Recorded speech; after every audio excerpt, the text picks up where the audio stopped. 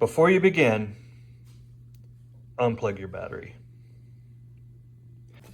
Hey guys, welcome back. Just a quick one today. I've got a new laptop, more on that later. I did a video some time ago about my 10-year-old laptop. I'll put that up on the screen somewhere. This is new to me, a new to me laptop, so it's not brand new. But one thing, one of my goals is I'm still running Linux Mint 22 now, I believe. Still running that. That's my main OS. I'd like to experiment a little bit with Fusion 360. If you've seen my previous videos, you know I've not had success getting that to work within a bottle or in wine.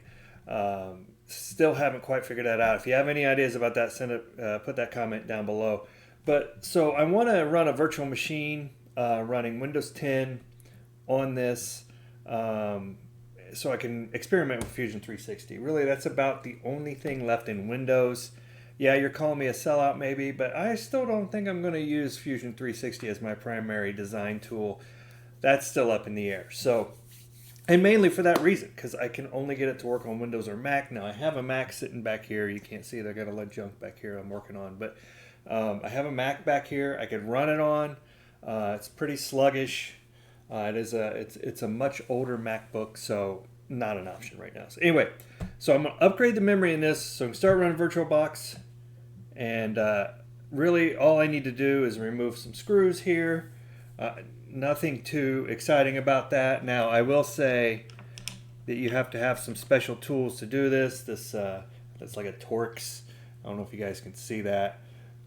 Like a Torx type tool. These came in so many different little kits that I have.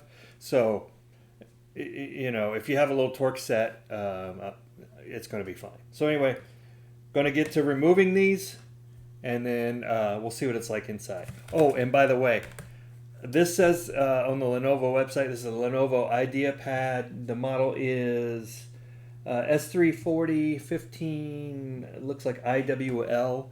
Actual model number is 81N8. So I think you can probably see that there on the screen, hopefully. It says it supports 16 gigs of RAM. There's 4 soldered on the motherboard, and I believe there's a 4 stick externally in a single DIMM slot, I'll call it. So really, you can't buy a 12 gigabytes SODIMM for a laptop that I found. So I'm going to put the 16 in. I want to see if it shows up as 20, or will it only show up as 16.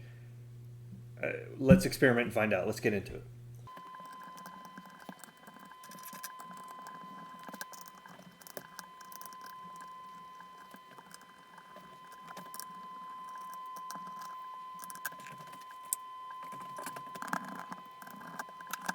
Okay guys, all the screws are out. Just real quick, these just kind of separate. I think if it's the first time you do it, it's probably, you're going to need like a little spudger tool or something to break this free, but this is a used laptop. It's not new, so I don't care. It's already been into several times, not by me.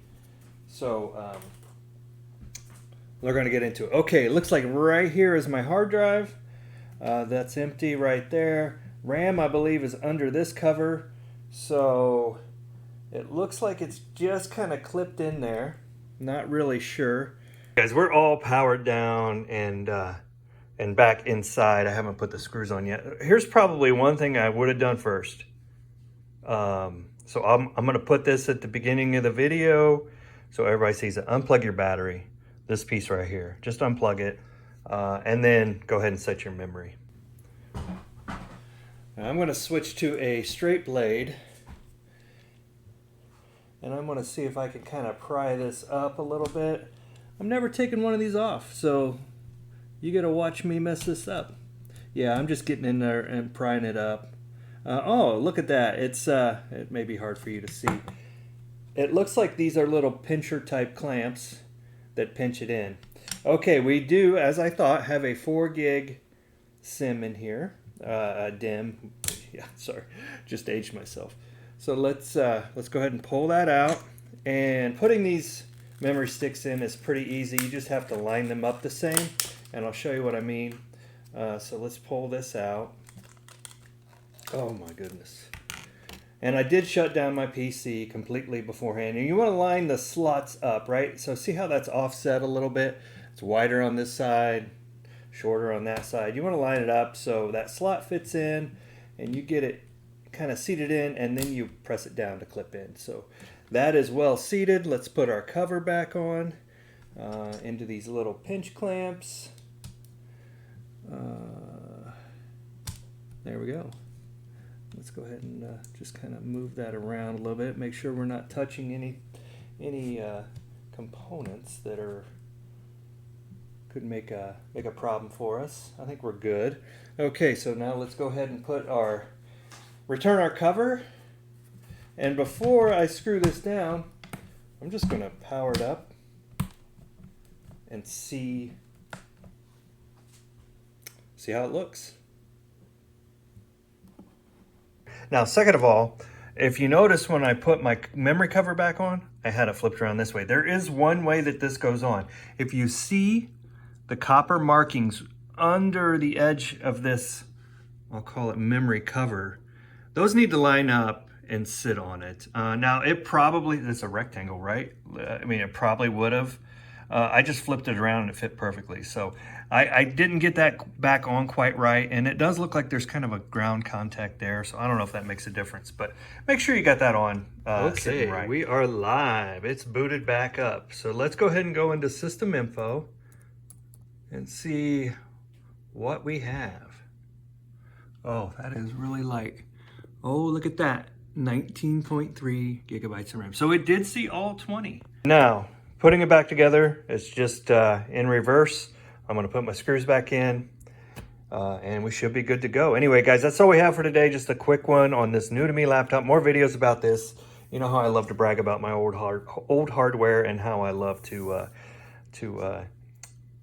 get really good running systems with Linux that are not new. So anyway, guys, that's all we have for today. Thanks for watching. We'll see you next time.